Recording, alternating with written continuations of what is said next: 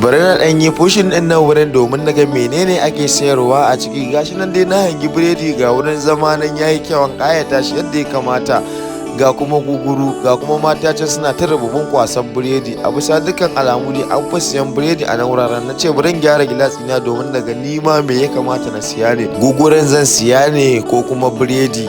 Ina dai ta tunani akan menene ma ya kamata na siya. Gashi ma ashe suna da cincin. Na ce ke ga 1.5 na da Allah a bani guguru. Ta ce to bari ta bani tiket, idan ya so sai in kai musu za su zuba min gugurin. Na ce to ba matsala. Gashi nan dai na karbi tiket din, na kama hanya ta zuwa wurin su domin in ba su tiket din su zuba mini guguru.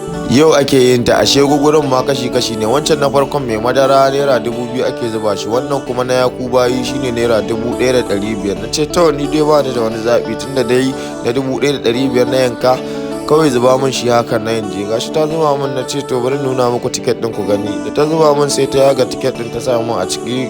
Gashi shine na fito da shi na nuna muku. Gashi nan dai na zauna na tasa gugurin a gaba, ina ta famar ci yadda ya kamata. Gugurin amma fa ba laifi gaskiya.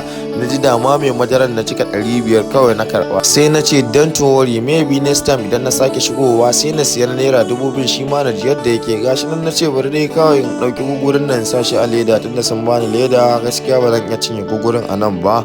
Gashi nan dai na sa gugurin a cikin leda, na kama hanyar fita daga cikin shagon. To ga nan dai na ce dole dai in ban karasa cikin Shoprite din nan ba hankali na ba zai kwanta ba. Gashi nan dai na fita kuma na janyo musu kofar su yadda ya kamata. Gashi nan na kama hanya ta shiga Shoprite domin na ga menene aka zuba a ciki. To jama'a na gode, da fatan za ku yi follow ku sharing domin ta hakan ne zai ba ku damar ci gaba da kawo muku update yadda ya kamata.